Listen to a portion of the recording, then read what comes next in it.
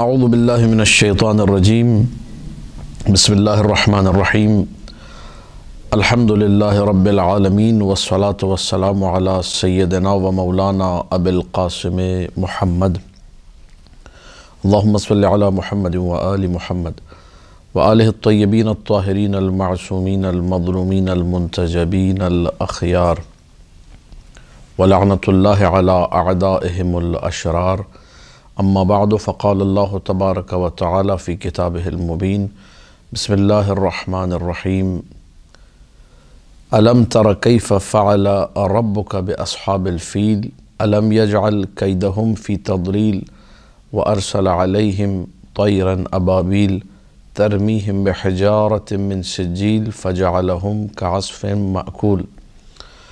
قرآن مجید کا ایک اور سورہ اور اس سورہ کے ساتھ حاضر خدمت ہے سورہ مبارکہ فیل، جو اللہ کی عظمت کا منہ بولتا ثبوت ہے۔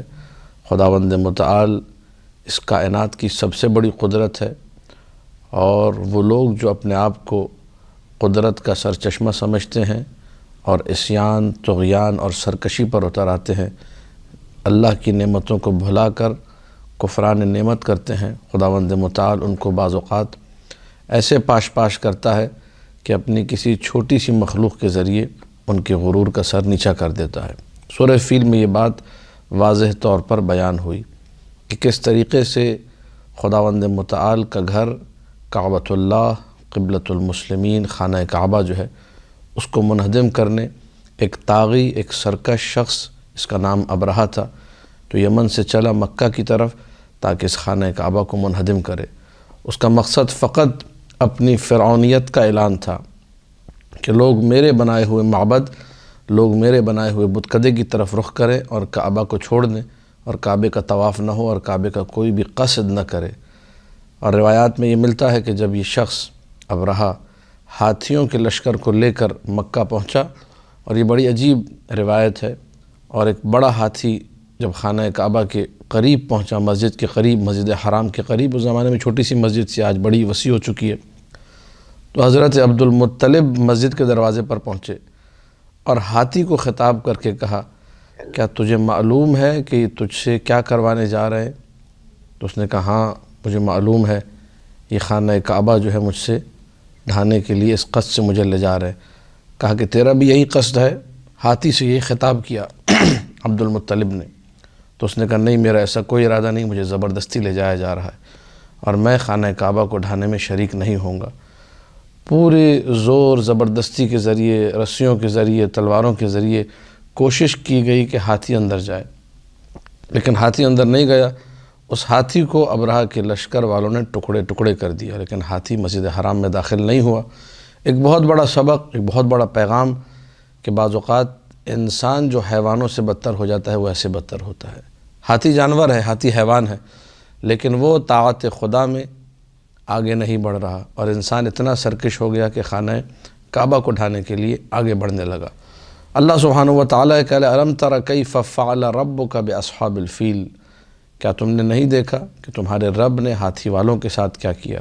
وہ لشکر جرار جو ہاتھی پر آیا تھا، وہ لشکر جو سارے جسے کہا جائے ساز و سامان جنگی سے مسلح ہو کر آیا تھا کہ ہم پورے مکہ کو زمین کے ساتھ برابر کر دیں گے، زمین بوس کر دیں گے، لیکن اپنی تمام تر صلاحیتوں کے باوجود چھوٹی چھوٹی جو چونچیں تھیں، ابابیل جو پرندے آئے تھے، ان کی چونچوں میں موجود، ان کے جو ہے پنجوں میں موجود چھوٹے چھوٹے سنگریزے، جنہیں کہا جائے تو شاید یہ لفظ بھی زیادہ ہو، کیونکہ سنگریزہ بھی جو ہے وہ پتھر جو ہے ذرا اس میں بھی جان ہوتی ہے۔ یہ روایت کے مطابق چکنی مٹی، جو مٹی ہوتی ہے جمی ہوئی، جنہیں ٹھیکرا کہا جاتا ہے، ان سے بنے ہوئے چھوٹے چھوٹے پتھر تھے کہ جن کو جو ہے انہوں نے اپنی چونچ کے ذریعے، اپنے پنجوں کے ذریعے ان لوگوں پر جو ہے اوپر سے پھینکا۔ قرآن نے اس کو ذکر کیا ہے ترمیہم بحجارۃ من سجیل کہہ کر، جو 2-3 آیتوں کے بعد ہے۔ الم یجعل کیدہم فی تضلیل، کیا اللہ سبحانہ و تعالیٰ نے ان کے مکر کو، ان کی سازش کو، ان کی سرکشی کو ضائع نہیں کیا، برباد نہیں کیا؟ پیغام ہمارے لیے اور آپ کے لیے، اگر انسان معصیت الہی پر اتر آئے، خداوند متعال کے خلاف قدم اٹھائے، تو خدا کسی بھی لمحے اس کی تمام کوششوں کو رائیگاں کر سکتا ہے۔ میں اور آپ کوئی حیثیت نہیں رکھتے۔ بڑی بڑی حکومتیں ناکام اور نامراد واپس لوٹ جاتی ہیں اگر مشیت الہی اس بات کے درپے ہو کہ ان کو تباہ و برباد کر دینا ہے۔ ابرہہ کا پورا لشکر تباہ و برباد ہو جاتا ہے۔ الم یجعل کیدہم فی تضلیل، کیا ان کے مکر کو، کیا ان کی سازش کو فی تضلیل، خدا نے قرار نہیں دیا بربادی میں اور رائیگانی میں، کہ سب کچھ ضائع ہو گیا، ساری محنتیں ان کی ناکام ہو گئی۔ کیسے ناکام کی؟ اب خداوند متعال اپنا اسلحہ بیان کر رہے ہیں۔ عجیب یہ ہے، وہ ہاتھی لائے تھے اپنے زعم کے مطابق سب سے بڑا جانور، عربوں نے اس سے بڑا جانور نہیں دیکھا۔ عربوں نے اونٹ دیکھے، عربوں نے گائیں دیکھی ہے، عربوں نے بھیڑ بکریاں دیکھی ہیں، لیکن عربوں نے ہاتھی نہیں دیکھا تھا۔ وہ سب سے بڑا جانور لائے رعب و دبدبے کے لیے، خوف کے لیے، کہ سامنے والے تو جانور دیکھ کے ڈر جائیں گے۔ عرب میں ہاتھی نہیں پائے جاتے تھے۔ خداوند متعال نے پاش کس سے کیا؟ نہ اونٹ کا استعمال کیا، جبکہ وہ خود کہتا ہے اونٹ میں کیا قدرت ہے۔ افلا ينظرون الى الابل کیف خلقت، یہ لوگ اونٹ کو کیوں نہیں دیکھتے کہ اونٹ کے اندر کیا کیا عجائبات ہیں۔ خدا اونٹ کو بھی استعمال کر سکتا تھا، بھیڑ بکریوں کو بھی استعمال کر سکتا تھا، خدا نے کسی کو استعمال نہیں کیا۔ خدا نے آسان زبان میں اگر کہوں جو بچوں کو بھی سمجھ میں آ جائے، چھوٹے چھوٹے ہیلی کاپٹر استعمال کیے اپنے۔ اس زمانے کا ڈرون اٹیک اسے آپ کہیے خداوند متعال کی طرف سے، کہ خدا نے ابابیل، چھوٹا سا ایک پرندہ، اس کی چونچ اور اس کے چھوٹے چھوٹے پنجے، ان کے ذریعے سے فائرنگ کروائی، ان کے ذریعے سے وہ کنکر، وہ چھوٹے چھوٹے ٹھیکرے نما جو پتھر تھے وہ پھینکوائے۔ انہوں نے کیا فجعلہم کعصف معقول، انہوں نے ایسا کر دیا ان بڑے بڑے ہاتھیوں کو یا ان بڑے بڑے انسانوں کو کہ جیسے کوئی چنا جس میں سے کسی جانور نے کھایا وہ ہو، اور کھانے کے بعد کتنا بچ جاتا ہے وہ، یا کوئی پتا یا کوئی گھاس پھوس کا وہ حصہ جس کو جانور نے کھا کے چھوڑ دیا ہو، جو بالکل کالعدم ہوتا ہے، جس کی کوئی ویلیو نہیں ہوتی، اس کی مانند۔ فجعلہم کعصف معقول، عصف کے مفسرین نے کئی معنی ذکر کی، عصف کا معنی چنے کا بھی کیا، عصف کا معنی پتے کا بھی کیا، عصف کا معنی گھاس پھوس کا بھی کیا۔ صفت یہ ہے کہ معقول جسے حیوان نے، جانور نے، انسان نے، کسی بھی چیز نے کھا کے پھینک دیا ہے، اور جب کھا کر پھینک دیا تو اس میں بچتا کچھ بھی، اس کی کوئی صلاحیت نہیں ہوتی۔ ان پرندوں نے یہ کام کیا۔ خداوند متعال اپنی قدرت کو بیان کر رہا ہے اس سورے میں کہ جو میری نافرمانی کرے گا میں اسے پاش کر سکتا ہوں۔ تو جہاں خداوند متعال کی اتنی قدرت ہے، تو اگر چھوٹی موٹی مشکلات ہماری زندگی میں آتی ہیں تو وہ بھی خدا کی قدرت سے باہر نہیں ہے۔ انسان عمل صالح کرے ان مشکلات کو برطرف کر سکتا ہے، برا عمل کرے تو اپنے آپ کے بارے میں سوچے کہ یہ مشکلات میرے عمل ہی کی وجہ سے پیدا کردہ ہے۔ ایک مرتبہ پھر سے سورہ کو پڑھ لیتے ہیں اور اس کے بعد آگے بڑھیں گے سورہ قریش کی طرف۔ الم تر کیف فعل ربک باصحاب الفیل، کیا تم نے نہیں دیکھا کہ تمہارے رب نے ہاتھی والوں کے ساتھ کیا کیا؟ یہاں پہ یہ نہیں کہا الم تر کیف فعل اللہ، کہا رب کا، یعنی اللہ جب عذاب دیتا ہے، اللہ جب قوموں کو پاش کرتا ہے، اس میں بھی تربیت کا ایک زاویہ پوشیدہ ہے، دوسروں کے لیے تربیت ہے۔ دیکھو کہ تمہاری تربیت ہو رہی ہے، تم نے سرکشی کی، تمہارا بھی انجام یہ ہوگا۔ اسی لیے لفظ رب کا استعمال یہاں پر انتہائی بہترین ہے۔ باصحاب الفیل، ہاتھی والوں کے ساتھ۔ الم یجعل کیدہم فی تضلیل، کیا ان کی سازشوں کو ناکام نہ بنایا؟ وارسل علیہم طیرا ابابیل، اور ان پہ پرندوں کی ایک جماعت کو بھیجا۔ چھوٹے چھوٹے پرندے تھے، ابابیل کوئی نام نہیں ہے، ابابیل کا مطلب ہے جماعت، گروپ، جسے کہا جائے گروہ، جماعت کے معنی میں لفظ ابابیل ہے، پرندوں کی جماعت کو۔ اس طرح لفظ غول استعمال ہوتا ہے، لفظ فوج استعمال ہوتا ہے، اسی طرح ابابیل جو ہے پرندوں کی جماعت کے لیے استعمال ہوتا ہے۔ اردو میں آپ کہہ سکتے ہیں ایک جھنڈ، پرندوں کا ایک جھنڈ جو ہے اس کو ابابیل سے تعبیر کیا گیا۔ ترمیہم بحجارۃ، وہ پتھر پھینکتے تھے، من سجیل، وہ پتھر جو ہے مٹی سے بنا ہوا پتھر ہے، وہ کوئی اتنا جاندار پتھر بھی نہیں کہ لوگ کہیں کہ ہاں بھی کوئی فولادی چیز تھی، فولاد کی کوئی گولی تھی یا کوئی پتھر تھا، نہیں، مٹی سے۔ خداوند متعال مٹی میں اتنی جان ڈال دیتا ہے کہ بڑے بڑے ہاتھی، بڑے بڑے انسان جو ہے اس کے سامنے شکست کھا جاتے ہیں۔ فجعلہم کعصف معقول، انہوں نے ایسا کر دیا کہ لگتا ہے کوئی بھوسا ہے، کوئی پتا ہے، کوئی چنا ہے، جسے کھا کر پھینک دیا گیا ہے، یعنی کسی بھی قابل نہیں چھوڑا۔ اس سورہ کے فضائل میں جو ہے جو آیا ہے، اللہ سبحانہ و تعالیٰ کو یہ سورہ کتنا پسند ہے۔ ثواب الاعمال میں، مجمع البیان طبرسی میں روایت موجود ہے، تفسیر صافی میں بھی نقل ہوئی ہے۔ امام جعفر صادق علیہ الصلاۃ والسلام نے فرمایا، من قرأ فی فرائضہ الم تر کیف فعل ربک شہد لہ یوم القیامت کل سہل وجبل ومدر بأنہ کان من المصلین، جس نے اپنی واجب نمازوں میں اس سورہ کو پڑھا، الم تر کیف فعل ربک باصحاب الفیل، تو قیامت کے دن ہر چیز اس کے لیے گواہی دے گی۔ ریت کے ذرے اس کے لیے گواہی دیں گے، پہاڑ اس کے لیے گواہی دیں گے، مٹی کے ذرات اس کے لیے گواہی دیں گے۔ کیا گواہی دیں گے؟ کہ بار الہ یہ نماز پڑھنے والوں میں سے تھا، یہ نمازیوں میں سے تھا۔ وَيُنَادِي يَوْمَ الْقِيَامَةِ مُنَادٍ، اور ایک منادی ندا دے گا قیامت کے دن، ندا دینے والا منادی جو ہے اس کی ندا یہ ہوگی، صدقتم علی عبدی، پہاڑ، ریت کے ذرات، مٹی کے ذرات سب کہیں گے یہ نمازی تھا، یہ نماز پڑھنے والا تھا۔ ایک اور ندا آئے گی، صدقتم علی عبدی، تم نے سچ کہا، یہ واقعاً نمازی تھا، یعنی ان کی گواہی کی تصدیق کی آواز بھی اسے وہاں پر سنائی دے گی۔ قبلت شہادتکم لہو، میں نے تمہاری اس گواہی کو اس بندے کے حق میں قبول کیا۔ وعلیہ ادخلوہ الجنہ، اور اسی بنیاد پر، اس گواہی کی بنیاد پر اسے جنت میں داخل کر دو۔ فإنہ ممن احبہ اللہ، یہ ان لوگوں میں سے ہے کہ جنہیں اللہ دوست رکھتا ہے، وأحب عملہ، اور اللہ ان کے عمل کو بھی دوست رکھتا ہے۔ پھر اس کے بعد جو سورہ آ رہا ہے، سورہ ایلاف یا سورہ قریش، یہ وہ سورہ ہے جو ابی ابن کعب کے مصحف میں، ابی ابن کعب کے قرآن میں بلا فاصلہ اسی سورہ فیل سے جڑا ہوا تھا، یعنی بسم اللہ الرحمن الرحیم کا بھی فاصلہ نہیں تھا۔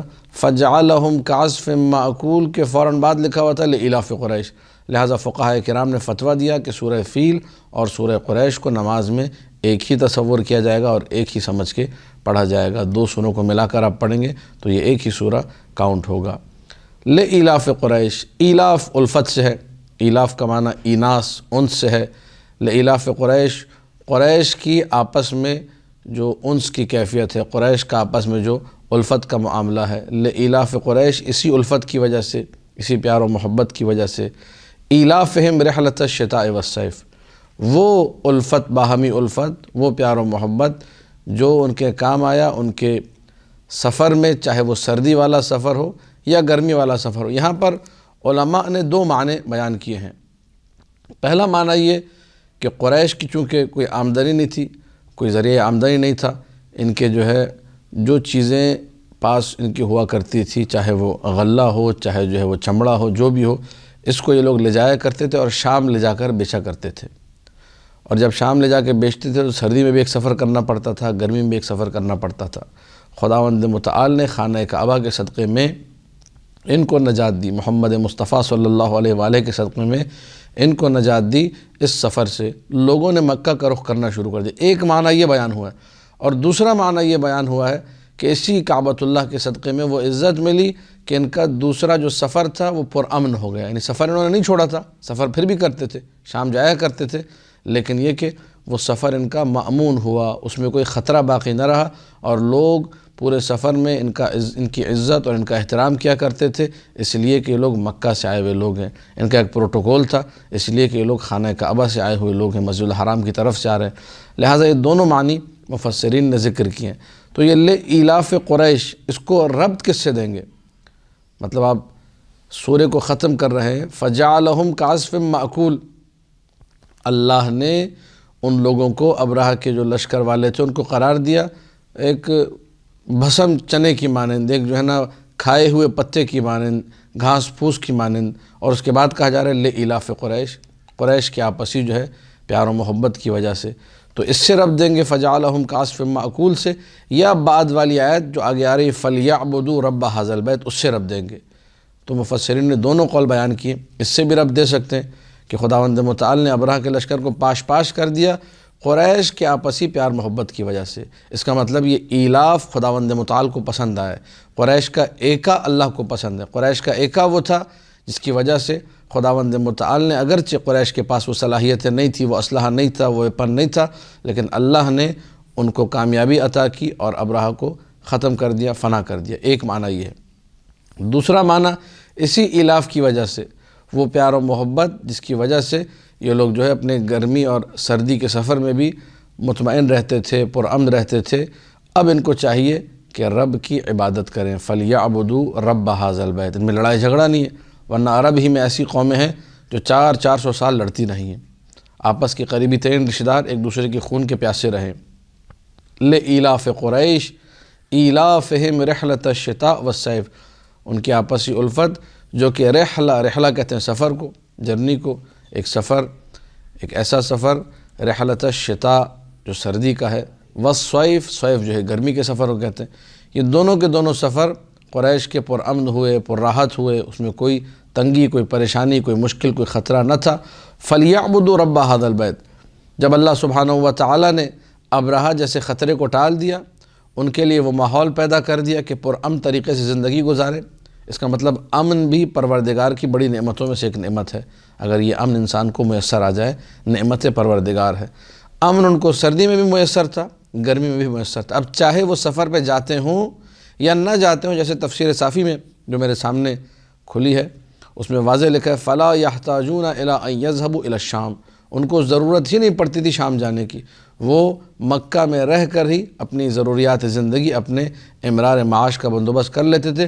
یا بعض دیگر مفسرین تفسیر منہج الصادقین ہے یا مجمع البیان ہے، انہوں نے اس بات کو تحریر کیا کہ سفر پہ جایا کرتے تھے، لیکن اب سفر جو ہے خطرے سے خالی ہو گیا تھا، اب ابرہہ کے لوگ نہیں تھے، اب ابرہہ کا لشکر جو ہے پاش پاش ہو چکا تھا۔ دونوں صورتوں میں نعمت امن، چاہے سفر میں ہو چاہے حضر میں، چاہے اپنے وطن میں ہو چاہے دوسرے علاقے میں، جہاں بھی انسان کو امن میسر آئے اسے اس بات کا اقرار کرنا چاہیے کہ الحمدللہ رب العالمین، یہ نعمت امن جو ہے پروردگار کی طرف سے، وگرنہ اللہ چاہے تو انسان کے لیے کہیں بھی خطرہ پیدا کر سکتا ہے، اب چاہے وہ عقوبت کے باب سے اسے سزا دینی ہو یا کوئی اور مصلحت ہو، لہٰذا امن کی نعمت پر بھی جتنا شکر ادا کیا جائے وہ کرنا چاہیے۔ اور پروردگار نے اس بات کی طرف اشارہ کیا، جب تمہارے اندر باہمی پیار و محبت ہے، آپس میں تمہارے رشتے مضبوط ہیں، اس پر بھی تمہیں رب کی عبادت کرنی چاہیے۔ پھر یہاں پہ ہمیں ایک پیغام ملتا ہے کہ اگر ہمارے خاندان ایسے ہیں جن میں کوئی لڑائی جھگڑا نہیں ہے، ورنہ تو رشتہ داروں کے بارے میں کیا کیا مقولے ہیں وہ آپ بہتر جانتے ہیں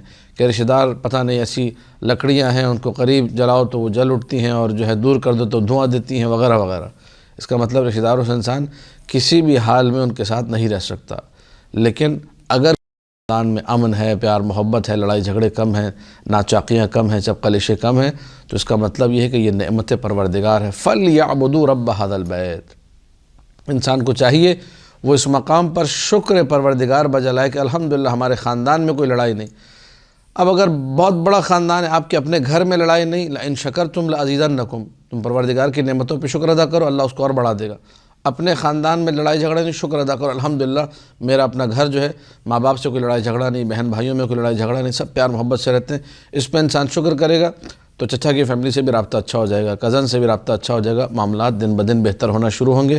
فَلْيَعْبُدُوا رَبَّ هَذَا الْبَيْتِ الَّذِي أَطْعَمَهُم مِّن جُوعٍ، جس رب نے انہیں بھوک سے نجات دی، ان کے پیٹوں کو جو ہے بھرا، جب ان کو خشکی کا زمانہ تھا، قحط سالی کا زمانہ تھا، جب معاملات بگڑے ہوئے تھے، اللہ نے ان معاملات کو سنوارا۔ وَآمَنَهُم مِّن خَوْفٍ، اور ان کو ہر قسم کے خوف سے نجات دی۔ یہ دو سورہ، سورہ فیل اور سورہ قریش، دونوں کے دونوں سورے ایک ساتھ بعض مصاحف میں جو ابی ابن کعب کا مصحف ہے اس میں موجود ہے، ہمارے فقہ کا فتویٰ بھی آپ لوگوں نے سماعت فرما لیا۔ اس سورہ کے بارے میں بھی الگ سے تعبیر امام جعفر صادق علیہ السلام کی موجود ہے۔ مولا فرماتے ہیں من اکثر قراءۃ لإیلاف قریش بعثہ اللہ یوم القیامۃ علی مرکب من مراکب الجنہ، جس نے کثرت سے اس سورہ کی تلاوت کی، سورہ لإیلاف قریش کی، تو اس کے لیے ایک بہترین سواری کا انتظام ہوگا قیامت کے دن۔ اس طرح دنیا میں ایک سے ایک سواریاں ہیں جن پہ بیٹھ کے انسان اپنے آپ کو ناز و نعم میں سمجھتا ہے، اپنے لیے پروٹوکول سمجھتا ہے کہ جی میں فلاں گاڑی میں بیٹھا تھا، تو جنت کی سواری اس کو بروز حشر جو ہے جنت تک لے کر جائے گی، اور لے جا کر کہاں بٹھائے گی؟ نور کے دسترخوان پہ، حتیٰ یقعد علی موائد النور یوم القیامت انشاء اللہ۔ تو دو سورہ ہیں، سورہ فیل اور سورہ قریش۔ سورہ فیل کو پڑھنے کا ثواب انسان اللہ کا محبوب بن جاتا ہے، اللہ اس سے محبت کرتا ہے۔